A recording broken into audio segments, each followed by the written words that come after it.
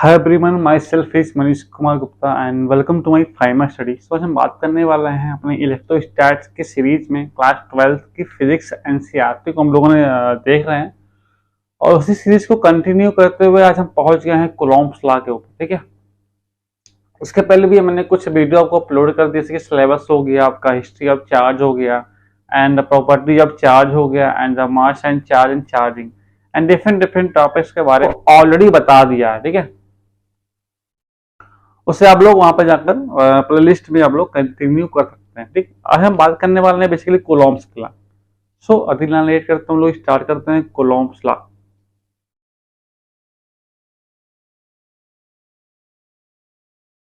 हम बात करने वाले हैं कूलॉम्ब्स लॉ के बारे में। कूलॉम्ब्स लॉ है क्या? तो कूलॉम्ब्स लॉ सबसे पहले 1785 में चार्ल्स ऑगस्टस कूलॉम्ब्स ने इसको प्रपोज किया था। बट कूलॉम्ब्स लॉ तो हम लोग बेसिकली पढ़ते आ रहे हैं, कई बार आपके स्कूलों में बताया गया होगा, बट कुछ अलग जानते हैं। अलग जानने का मतलब ये हुआ कि कूलॉम्ब्स लॉ कैसे ऑपरेट हुआ। ऑपरेट का मीनिंग ये हुआ बेटा कि इसको बाय एक्सपेरिमेंटली किया गया था, कि बाय द ऑब्जर्वेशन, है कि नहीं है। जैसे कि न्यूटन्स लॉ की बात हम लोग बात करते हैं, तो वहां पर उसको ऑब्जर्वेशन के माध्यम से इसको प्रूव किया गया और प्रूव के बाद उससे हमने जस्टिफाई किया। बट यहाँ पर क्या हुआ कि पहले हमने इसको लेबोरेटरी के अंदर एक्सपेरिमेंटली एक्ट किया। एक्ट करने के बाद फिर ये प्रपोज हुआ। ओके, तो इसी सेंटेंस को मैंने लिखा यहाँ पर कि by experimentally to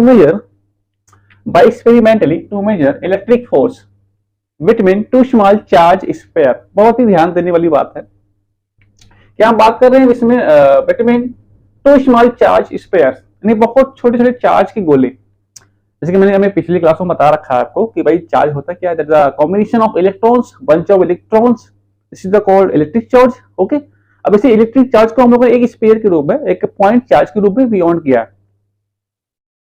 by using A torsion balance. Torsion balance का मतलब ये हुआ कि आप लोगों ने क्लास 11th में पढ़ा होगा रोटेशनल मोशन। उस रोटेशनल मोशन में कहा जाता है कि भाई कोई फिजिकल बॉडी अगर है तो उसको एक एक्सिस को कांस्टेंट करके उसके मोशन को कराना।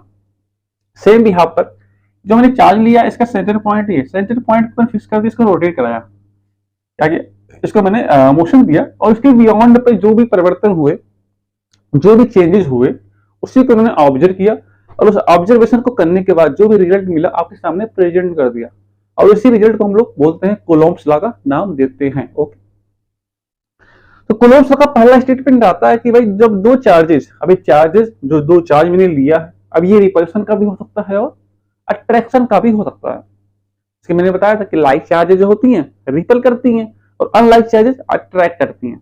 अब यहाँ पे जो भी कूलॉम्ब्स लॉ लगाते हैं हम लोग, तो ये दो चार्ज, दो प्रॉपर्टीज को फाइंड करने का तरीका है।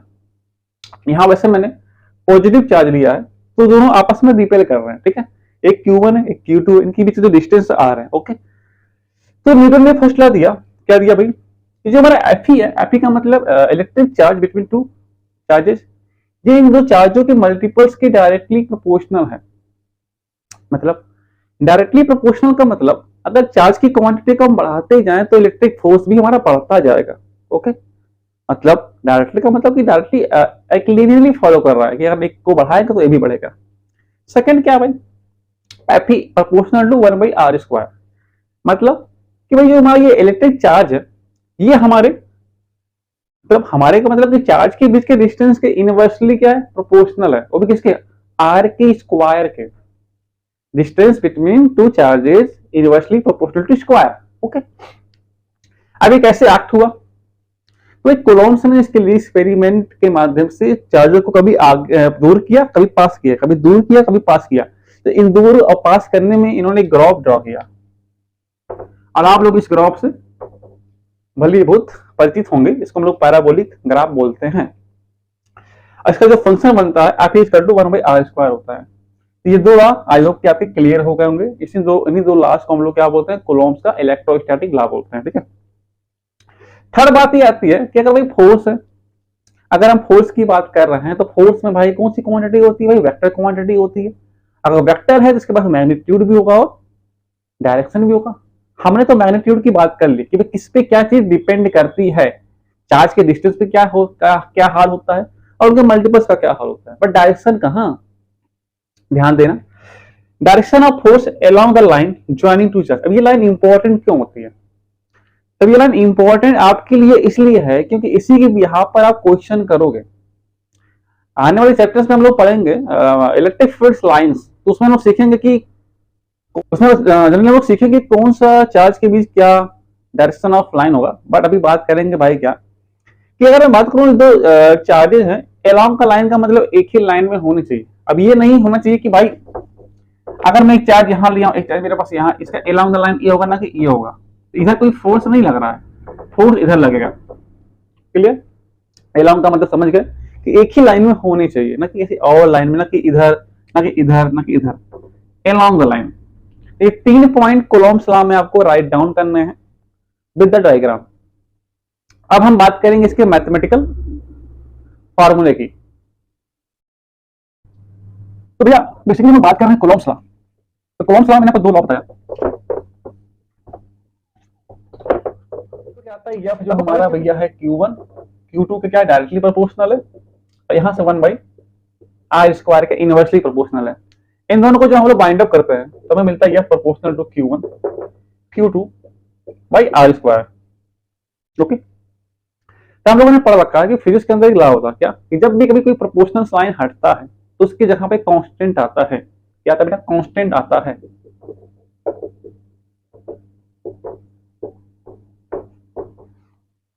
अब ये निकल कर आया भैया क्या mathematical form of Coulomb's law.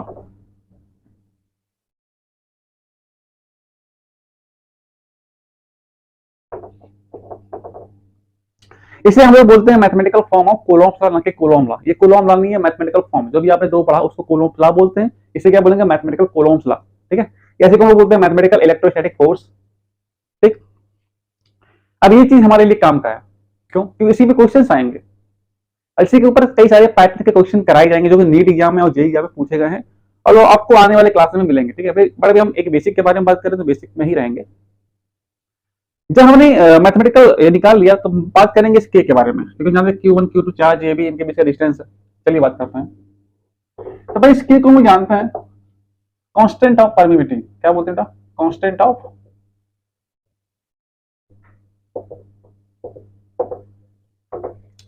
Of permittivity. और इस के को कभी कभी हम लोग क्या नाम है के की जो वैल्यू होती है 1/4πε0, जिसको सॉल्व करने में मिलता है 10 × 9 इसका थोड़ा यूनिट ध्यान दीजिएगा क्योंकि बहुत इंपॉर्टेंट है। न्यूटन मीटर स्क्वायर पर कूलॉम स्क्वायर। ये किसकी वैल्यू भैया? ये हमारी के की वैल्यू है। ओके, जब हमें के की वैल्यू पता है तो हमें ε0 की वैल्यू भी पता होनी चाहिए। ये हमें इसको पहले तो जानते से बोलते हैं बेटा constant of permittivity of free space, जिसकी वैल्यू होती है 8.85 इंटू 10⁻11। अब इसका भी थोड़ा यूनिट ध्यान दीजिएगा, न्यूटन पर कूलॉम, न्यूटन जस्ट इसी का उल्टा। ओके, अब बात करेंगे हम लोग एसआई यूनिट ऑफ परमिटिविटी। तो एसआई यूनिट ऑफ परमिटिविटी क्या? कूलॉम्स पर न्यूटन मीटर स्क्वायर होता है। इसको आप लोग ध्यान दीजिएगा। ओके, नोट डाउन का बेसिक कूलॉम्स लॉ। अब हम बात करेंगे कूलॉम्स लॉ में वेक्टर फॉर्म की। उसके बाद फिर नेक्स्ट वीडियो में हम लोग बात करेंगे dielectric constant of Coulomb's law. ठीक है, और अभी बात करेंगे vector form of vector form. Okay, चलिए, ये आपका चार्ज Q1 है, ये Q2 है। तो Q1 के द्वारा Q2 पे लग रहा है क्या? F21। ये लगा रहा है इस पे ये फोर्स, ये लगा रहा है इस पे फोर्स। ओके, तो इसी को मैंने वेक्टर फॉर्म में लिखा है वेक्टर ऑफ 2F21 इसका 1/4πε0 इंटू Q1 Q2/r², r का 1 2। क्योंकि मैंने आपको बताया था कि जो भी फोर्स होगा अलोंग द लाइन लगता है। ठीक है, सो उसी अकॉर्डिंग इसका 1% इस पे इतना आ रहा है, इस पे इस पर आ रहा है। ठीक है, उसी के यहाँ पे मैंने इधर को लिख दिया। अब हम जानते हैं कि यूनिट वेक्टर आपने पढ़ा होगा। यूनिट वेक्टर का मतलब होता है r² वेक्टर ऑफ r। इसको आपने पढ़ा होगा क्लास 11 के अंदर। और इसकी वैल्यू मैंने क्या की, किसी एक क्वेश्चन में रख दूं तो हमने रखा 1/4πε0 Q1 Q2/r इंटू r² है वेक्टर r21/r। इनको मल्टीप्लाई किया तो वेक्टर फॉर्म का हमें क्वेश्चन मिल गया क्या, फोर्स ऑफ 1 टू नी 2 के द्वारा 1 पे लगने वाला फोर्स क्या है 1/4 pi epsilon not q1 q2 by r cube into r square. यहाँ पे डॉट का मीनिंग आ रहा है, उसको हम क्या बोलते हैं बेटा, कूलोम्स लॉ। ओके क्लियर, सिंपल सा टॉपिक है कि 1 द्वारा 2 पे लगने वाला फोर्स को मैंने यहाँ लिखा, 2 के द्वारा इस पे यहाँ लिखा मैंने। हम लोग यूनिट वेक्टर के बारे में जानकारी रखते हैं, क्लास 11 में हमने वेक्टर के अंदर पढ़ा था, उसी को मैंने अप्लाई किया। अप्लाई करने के बाद हमें ये फॉर्मूला मिल गया जो कि यह वेक्टर फॉर्म ऑफ कूलोम्स लॉ है। बट हमें जानकारी और मिलती है क्या कि भैया ये हमारा R cap 1 to R cap 2 1 दोनों की क्वांटिटी डायरेक्शन को सपोज कर रही है, यानी कि डायरेक्शन की तरफ फॉरवर्ड है, और तो दोनों की मैग्नीट्यूड बराबर है पर इनका डायरेक्शन क्या अपोजिट है।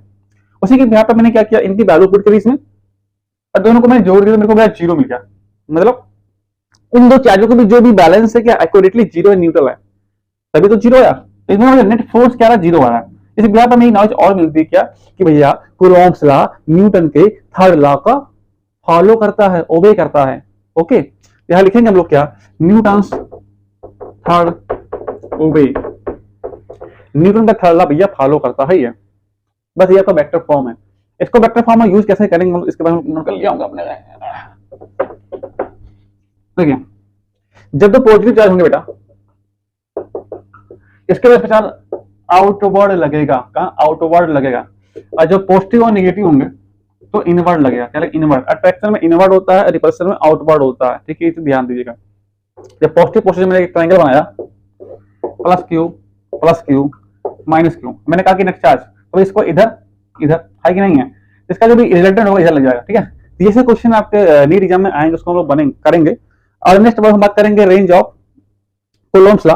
तो कूलॉम्स लॉ की जो रेंज होती है लिख लीजिए आप लोग, नोट डाउन इसको कर लीजिएगा, मैं तो वीडियो में बड़ा नहीं करूंगा। Range of Coulomb's law, range तो 10 के पावर -18 से लेकर 10 के पावर 18 इतनी रेंज की होती है इसका। ठीक है रेंज। ओके ठीक, अगर आपको वीडियो अच्छा लगा हो, सॉरी ये 15 कर दीजिए भैया, 15 है। तो रेंज आपका 10 का -15 से लेकर 10 का 18 के बीच आता है। यही आपका वेक्टर फॉर्म है, इसको आप लोग क्लियरली नोट डाउन कर लीजिए। अगर आपको वीडियो अच्छा लगा तो लाइक से सब्सक्राइब ऐसा करोगे। Thank you.